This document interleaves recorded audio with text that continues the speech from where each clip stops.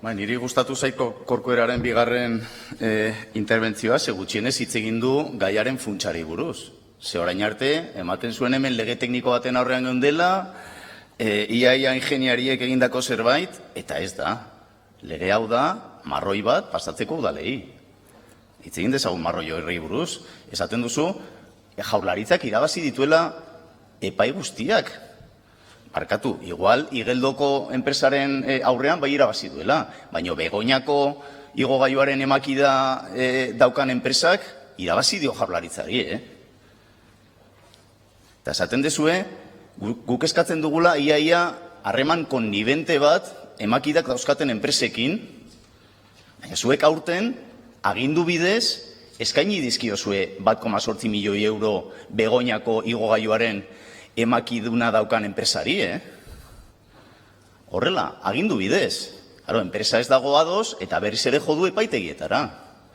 Osea, zuek egin dezakezue agindu bidez eskaintza bat, eta guk esaten badugu negoziatu egin behar dela beraiekin, hori da konnibentzia.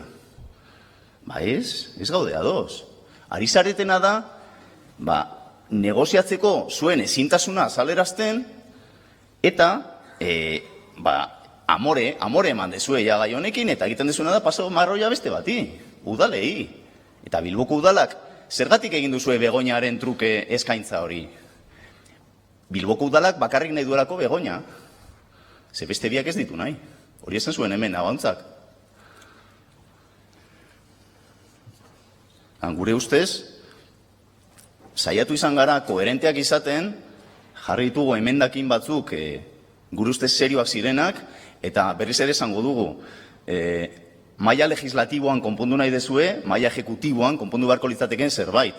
Eta hain zuzen ere horregatik proposatu genuen lehenengo xedapen gehigarria kentzea, eta horren truke sartu genuen legez besteko proposamen bat. Guztiari esan diozue ezetz.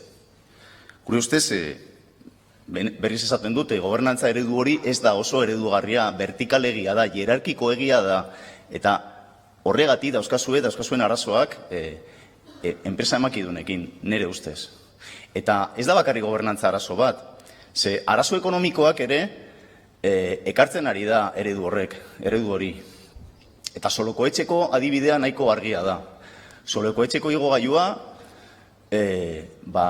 bertako auzokideek egindako plataforma, Solokoetxe irisgarria plataformak, duela eren egun, egin zuten salaketa bat nahiko gogorra.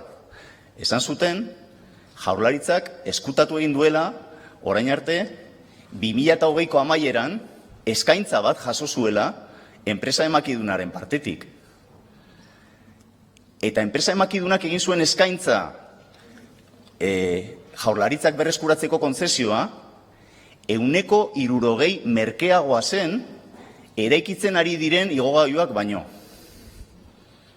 Eskaintza izan zen, plataformak esan dakoaren arabera 1,2 milioi eurokoa, Jaurlaritzak ez zuen onartu, gero Solokoetxek utzi dio zerbitzua emateari, eta orain udala jartzen ari da mikrobus zerbitzu bat, orain arte 200.000 bat euro balio izan diena Bilboko herritarrei, eta ja hasi dira eraikitzen proiektu berri bat. Alde zaharrean gelditzen ziren berdegune gutxi etako bat deusestatzen.